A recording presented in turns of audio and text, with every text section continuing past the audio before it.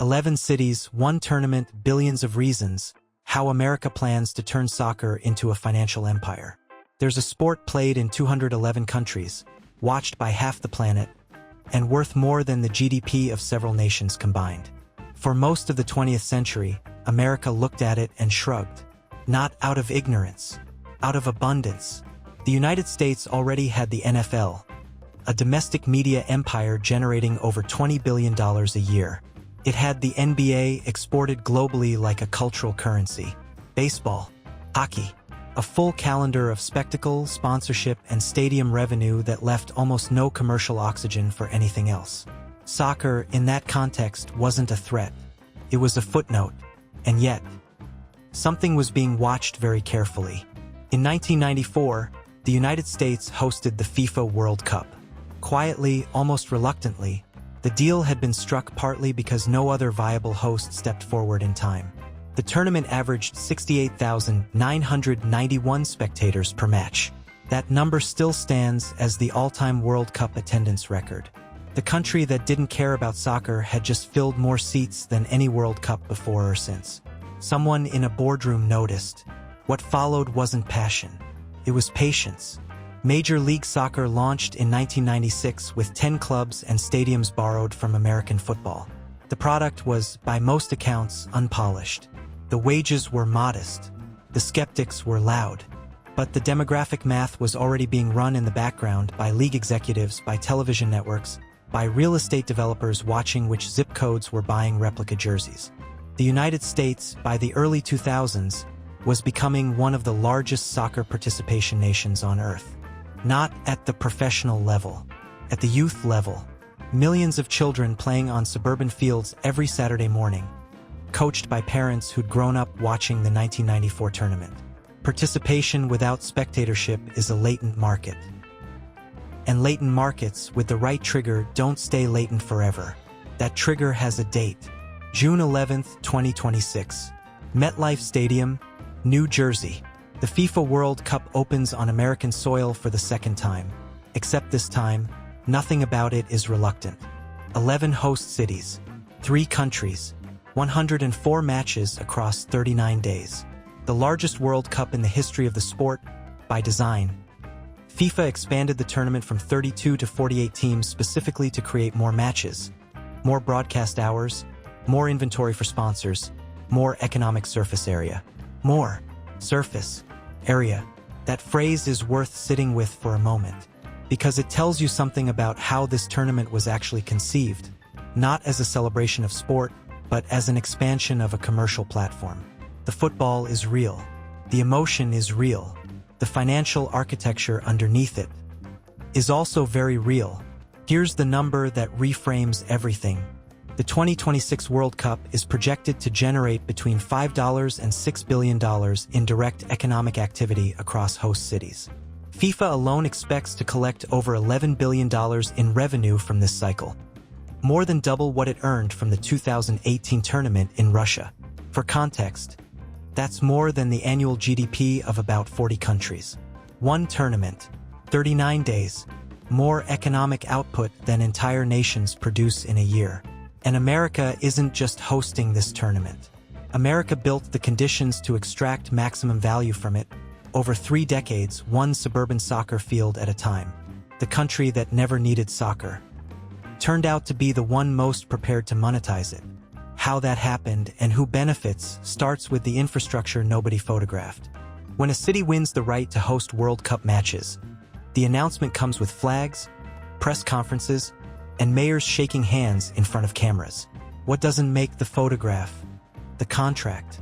FIFA's hosting agreements run to hundreds of pages. They cover taxation, customs exemptions, security perimeters, commercial exclusion zones, areas around stadiums where only official sponsors may operate, effectively suspending normal business activity for local vendors during match days. They specify who owns the broadcast signal, who controls the ticketing data, who retains naming rights revenue during the tournament period. The host city provides the stage. FIFA owns the performance. This isn't a secret. It's in the documents. But it rarely makes the highlight reel, because the emotional narrative of World Cup hosting is powerful enough to crowd out the financial one. And in 2026, 11 American cities signed versions of this agreement and called it an opportunity. They weren't wrong, but opportunity in this context has a very specific shape. Take the stadium question first. Unlike Brazil in 2014, which spent an estimated $3.6 billion constructing and renovating venues, several of which now sit underused in cities without top-flight football clubs, the United States arrived at 2026 with infrastructure already in place. MetLife Stadium in New Jersey, AT&T Stadium in Dallas, SoFi Stadium in Los Angeles, Levi's Stadium in San Francisco. These are not public works projects built for a tournament. They are existing private assets already amortized, already generating revenue, simply being repurposed for 39 days. The capital expenditure risk that broke the finances of previous host nations largely doesn't exist here. That's not luck. That's structural advantage. But infrastructure isn't only concrete and steel. There's a second layer, less visible, more consequential. The United States enters 2026 with the most developed sports media ecosystem on Earth. Broadcast rights for the 2026 World Cup in the American market were sold to Fox Sports and Telemundo for a combined figure reported at over $1 billion. Those networks don't just air matches. They build 39 days of surrounding content, pre-game shows, analysis, documentary segments, commercial packages sold months in advance to brands competing for placement inside the tournament's attention window. The tournament becomes a media environment. And inside that environment, every minute of airtime is inventory. Now consider the sponsor architecture. FIFA's top-tier partners for 2026 include Adidas, Coca-Cola, Visa, and Hyundai, global brands running global campaigns. But below that tier sits a second layer of regional and national sponsors purchasing rights specifically calibrated to the American market. Companies that have waited years for a World Cup on this soil, where their customer base actually lives. For those brands, 2026 isn't an advertising buy. It's a market entry event, or a market dominance event, depending on where they're starting from. Here's where the tension lives, and it's worth naming precisely. The public investment in 2026 is real. Host cities committed to upgrades in transportation, public safety, hospitality infrastructure, and fan zones. Some of that spending comes from municipal budgets, which means it comes from taxpayers who may or may not attend a single match. The private return on that investment flows somewhere else. Not because anyone broke a rule, because that's how the agreement was structured, the same way stadium financing has worked in American professional sports for decades. Public risk, private reward. The mechanism is familiar. The scale, in 2026, is simply larger than anything it's been applied to before. 39 days of football, billions in media, sponsorship, hospitality, and licensing revenue, the majority of it captured by FIFA, by broadcasters, by multinational sponsors. And 11 American cities left holding something harder to quantify. Visibility, reputation, the soft residue of having been on screen for 1 billion people simultaneously. Whether that residue converts into lasting economic value depends on something the contract doesn't cover. It depends on what America does with the attention after the final whistle blows. And that's where the story stops being about sport entirely. In the summer of 2022, Saudi Arabia announced it would host the 2034 World Cup. The announcement was expected. The speed of FIFA's approval was not. The bid was ratified in less than 24 hours, a process that normally takes years. Critics raised concerns about human rights, labor conditions, climate logistics. The conversation lasted a news cycle. Then it moved on. Because the people making that decision weren't thinking about football. They were thinking about what football carries with it. Soft power is one of those phrases that sounds abstract until you watch it operate in real time. It isn't military influence. It isn't trade leverage. It's something quieter and, in many ways, more durable, the ability to make other countries want what you have. To associate your culture, your products, your institutions with something people already love. Sport is the most efficient delivery mechanism ever invented for this effect. The Olympics built American cultural dominance through the Cold War. The Premier League turned English football into a global subscription product worth billions in broadcast rights across 180 countries. The NBA made basketball shoes a universal language before the internet existed. These weren't accidents of passion. They were consequences of distribution. America in 2026 is not a passive host.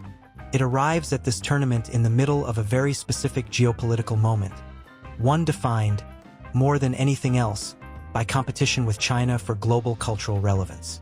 China has been methodically investing in football for over a decade.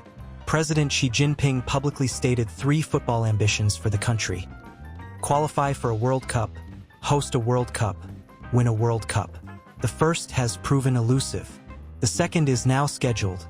China co-hosts in 2030 and holds naming rights to the 2034 conversation beyond that. The third remains distant, but the investment is real. Chinese money flows into European clubs, into broadcast rights, into youth academies. The goal isn't immediate sporting success. The goal is presence, familiarity, the slow accumulation of association between China and something the world already cares about. America is playing the same game, with a 30-year head start and home field advantage. Consider what 2026 actually broadcasts to the world.